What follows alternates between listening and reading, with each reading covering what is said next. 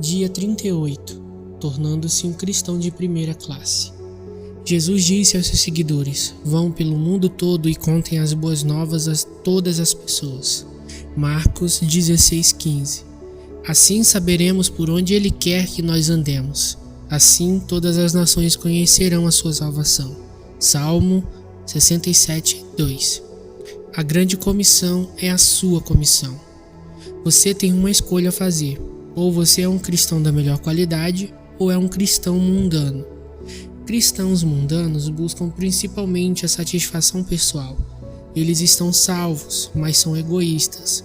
Adoram comparecer a reuniões de louvor e a seminários edificantes, mas você jamais os achará em conferências sobre missões, porque não estão interessados.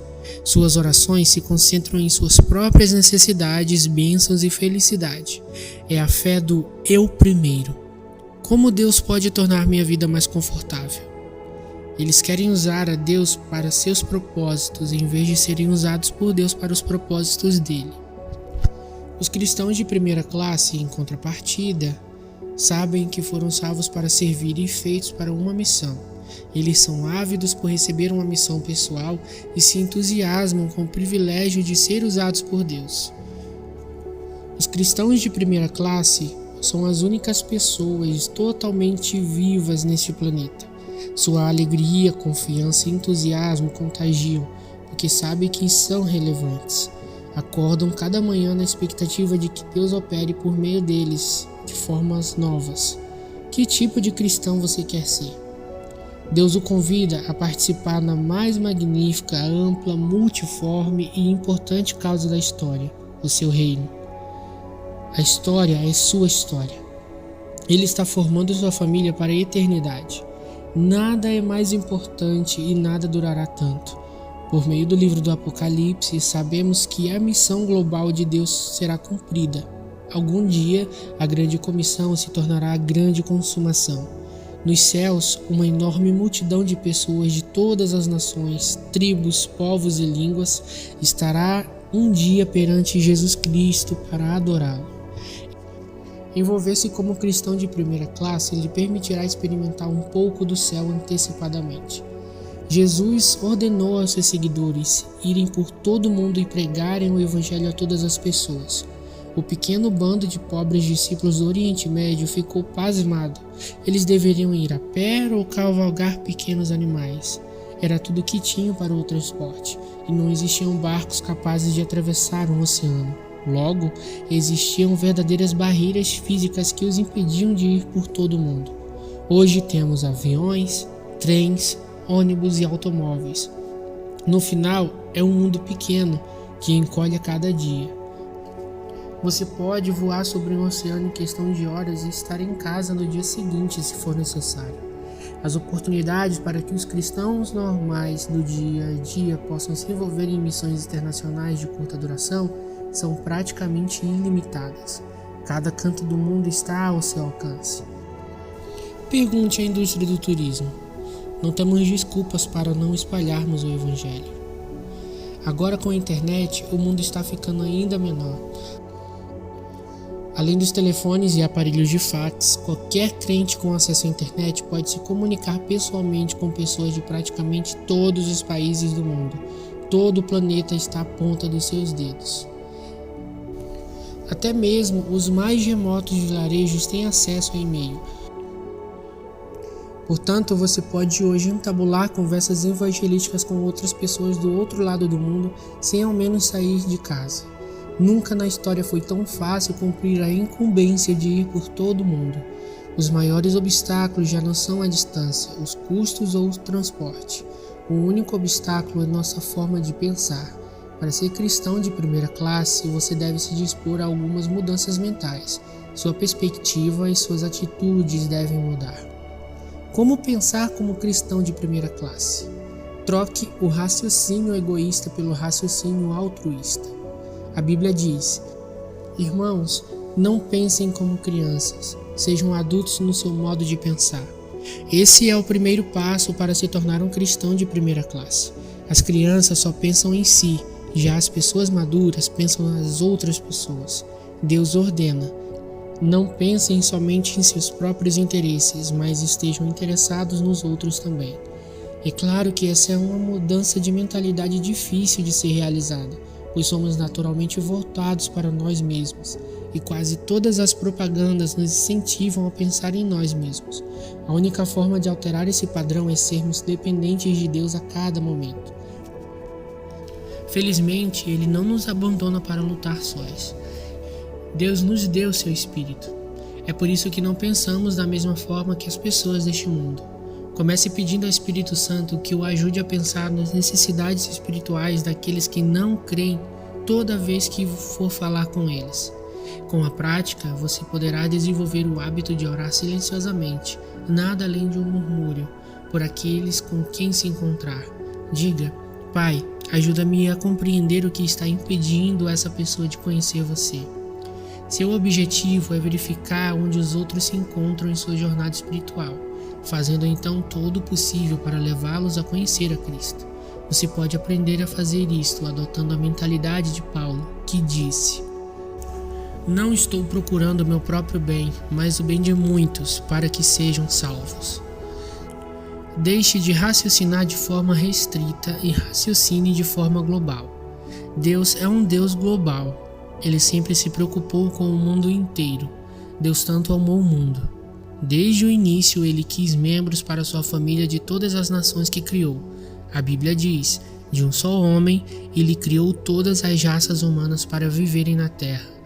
Antes de criar os povos, Deus marcou para eles os lugares onde iriam morar e quanto tempo ficariam lá. Ele fez isso para que todos pudessem procurá-lo e talvez encontrá-lo. Grande parte do mundo já pensava de forma global. Os maiores conglomerados de comunicação e negócios são multinacionais. Nossa vida e a vida das pessoas em outras nações se tornam cada vez mais entrelaçadas à medida que compartilhamos moda, entretenimento, música, esportes e até fast food. É provável que a maioria das roupas que você está vestindo e grande parte do que você come hoje em dia tenham sido produzidos em outro país. Nós estamos mais unidos do que percebemos.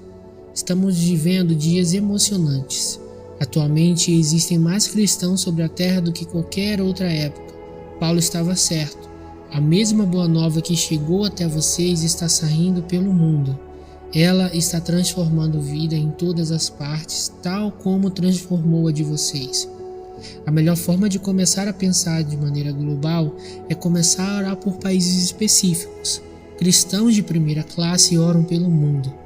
Consiga um atlas ou um mapa e ore pelos países por nome. A Bíblia diz: se você me pedir, eu darei a vocês as nações. Todos os povos da terra serão seus. A oração é a ferramenta mais importante na sua missão no mundo. As pessoas podem recusar nosso amor ou rejeitar nossa mensagem, mas não tem defesa contra as nossas orações. Como um míssil intercontinental, você pode apontar uma oração para o coração de uma pessoa, esteja você a 1 metro ou a 16.000 quilômetros de distância. Qual deveria ser o alvo de suas orações? A Bíblia diz que devemos orar por oportunidade para testemunhar, por coragem para falar, por aqueles que irão crer, para que a mensagem se espalhe rapidamente e por mais obreiros. As orações o tornam parceiro de muitas outras pessoas ao redor do mundo. Você também deve orar pelos missionários e por todas as outras pessoas envolvidas na colheita ao redor do mundo. Paulo disse aos seus companheiros de oração: vocês nos ajudam com suas orações. Se você tem interesse e sugestões para orar de forma inteligente pelo mundo e pelos obreiros cristãos, veja o apêndice 2. Outra forma de desenvolver um raciocínio global é ler ou ver o noticiário com o olho de quem assumiu a grande comissão. Sempre que houver mudanças ou conflitos, esteja certo de que Deus irá usar tais situações para trazer pessoas a si. As pessoas são mais receptivas a Deus quando estão sob tensão ou em transição. Pelo fato de estar aumentando a quantidade de mudanças em nosso mundo, mais pessoas estão abertas como nunca a ouvir as boas novas. A melhor forma de passar e pensar de maneira global é tão somente se levantar e partir para algum projeto missionário de curto prazo em outro país. Simplesmente não há como substituir a participação ativa na vida real em outra cultura. Pare de estudar e discutir sua missão e realize-a. Eu o desafio a ir até o fim. Em Atos 1:8, Jesus nos deu um padrão para nosso desenvolvimento. Vocês serão minhas testemunhas em Jerusalém, em toda a Judéia e Samaria e até os confins da terra. Seus seguidores teriam de alcançar sua comunidade, Jerusalém, seus países, Judéia e outras culturas, Samaria e outras nações, até os confins da terra. Repare que nossa comissão é simultânea e não consecutiva. Embora nem todos tenham o dom de missões, todo cristão é chamado a participar de uma missão, junto aos 4 grupos de alguma forma. Você é um cristão nos moldes de Atos 1:8? Estabeleça o objetivo de participar de um projeto missionário direcionado a cada um desses 4 alvos. Insisto com você para que poupe dinheiro suficiente e faça o que for necessário para participar de uma viagem missionária de curto prazo ao exterior ou o mais rápido possível. Quase todas as organizações missionárias podem ajudá-lo nisso. Isso aumentará seu amor, ampliará sua visão, aumentará sua fé, aprofundará seu sentimento de compaixão e o encherá de um tipo de alegria que você jamais experimentou. Pode ser um divisor de águas na sua vida. Substitua o pensamento imediatista pelo pensamento com perspectiva eterna. Para aproveitar ao máximo seu tempo na Terra, você deve manter uma perspectiva eterna.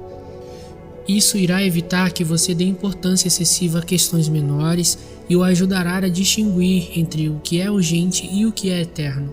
Paulo disse: fixamos os olhos não naquilo que se vê, mas no que não se vê. Pois o que se vê é transitório, mas o que não se vê é eterno. Muitas das coisas em que empenhamos nossas energias já não significarão nada daqui a um ano, quanto mais pela eternidade.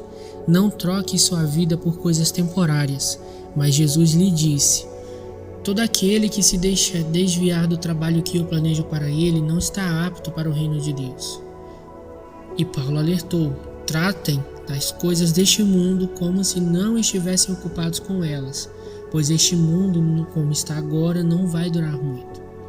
O que você está permitindo que se interponha entre você e sua missão? O que está impedindo de você tornar um cristão de primeira classe? O que quer que seja, abandone-o. Afastemos de nós qualquer coisa que nos torne vagarosos ou nos atrase. Jesus nos disse: acumulem para vocês tesouros nos céus. Como podemos fazer isso? Em uma de suas declarações mais incompreendidas, Jesus disse: por isso eu lhes digo, usem a riqueza deste mundo ímpio para ganhar amigos, de forma que, quando ela acabar, estes os recebam nas moradas eternas.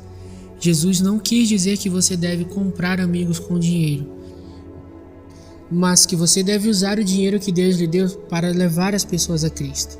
Eles então serão seus amigos por toda a eternidade, os quais o recepcionarão quando chegar ao céu. Esse é o melhor investimento financeiro que você pode fazer. Você provavelmente já ouviu a expressão: você não pode levar isso consigo, mas a Bíblia diz que você pode enviá-lo adiante de si, ao investir em pessoas que estão indo para lá. A Bíblia diz: fazendo isso, eles estarão acumulando um tesouro real para si mesmos no céu. Este é o único investimento seguro para a eternidade, e estarão levando uma vida cristã frutífera aqui na terra também. Pare de pensar em desculpas e comece a pensar em formas criativas de cumprir o seu compromisso. Se você estiver decidido, há sempre uma forma de fazê-lo, e existem organismos que irão auxiliá-lo. Eis algumas desculpas mais comuns. Além do português, só sei falar inglês. Isso é, na verdade, uma vantagem em muitos países, onde milhões de pessoas querem aprender a falar a língua inglesa e estão ávidas para praticá-lo. Não tenho nada a oferecer. Sim, você tem. Cada habilidade e experiência na sua formação pode ser utilizada de alguma forma. Estou muito velho ou muito jovem. A maioria das organizações missionárias tem projetos de curto prazo adequados a cada faixa etária. Da mesma forma que Deus rejeitou as desculpas de Sara quando ela disse estar muito velha para ser usada, Ele também rejeitou as de Jeremias quando este disse ser muito jovem. Não diga isso, respondeu o Senhor, pois você tem de ir aonde quer que eu o enviar e dizer o que quer que eu diga a você. Não tenha medo do povo, pois eu estarei com você e cuidarei de você. Pode ser que você acreditasse ser necessário um chamado especial de Deus e estivesse esperando alguma sensação ou experiência sobrenatural. Mas Deus já anunciou seu chamado repetidamente. Somos todos chamados para cumprir os 5 propósitos de Deus para a nossa vida: adorar, ter comunhão, crescer semelhantes a Cristo, servir e sair em missão, com Deus pelo mundo. Deus não quer usar apenas algumas pessoas, Ele quer usar todas as pessoas. Somos todos chamados para participar de uma missão para Deus. Ele quer que toda a igreja leve o seu evangelho a todo mundo. Muitos cristãos deixaram passar os planos de Deus para a sua vida porque nem ao menos perguntaram a Deus se Ele os queria servindo como missionários em algum lugar. Seja por medo, seja por ignorância, eles automaticamente fecharam a mente à possibilidade de servir como missionários residentes em um ambiente de culturas diversificadas. Se sua tendência é dizer não, deve checar todas as diferentes formas e possibilidades atualmente disponíveis. Você irá se surpreender. E orar e perguntar seriamente a Deus o que Ele desejará de você nos anos que se seguem. Incontáveis milhares de missionários residentes são desesperadamente necessários nesse ponto crítico da história, quando tantas portas estão se abrindo como nunca aconteceu. Se você quer ser semelhante a Jesus, deve ter misericórdia do mundo inteiro. Você não pode se dar por satisfeito apenas com sua família e amigos vindo a Cristo. Existem mais de 6 bilhões de pessoas na Terra e Jesus quer achar todos os seus filhos que estão perdidos. Jesus disse: se você insistir em salvar a sua própria vida, você a perderá. Somente aqueles que põem de lado sua vida por minha causa e por causa da boa nova é que saberão realmente o que significa viver. A grande comissão é sua comissão, e fazer sua parte é o segredo para ter uma vida de grande valor. 38º dia, pensando sobre o meu propósito. Um tema para reflexão. A grande comissão é minha comissão. Um versículo para memorizar. Assim saberemos por onde Ele quer que nós andemos. Assim todas as nações conhecerão a sua salvação. Salmos 67, 2. Uma pergunta para meditar. Que providências posso tomar a fim de me preparar para experimentar uma missão de curta duração no ano que vem?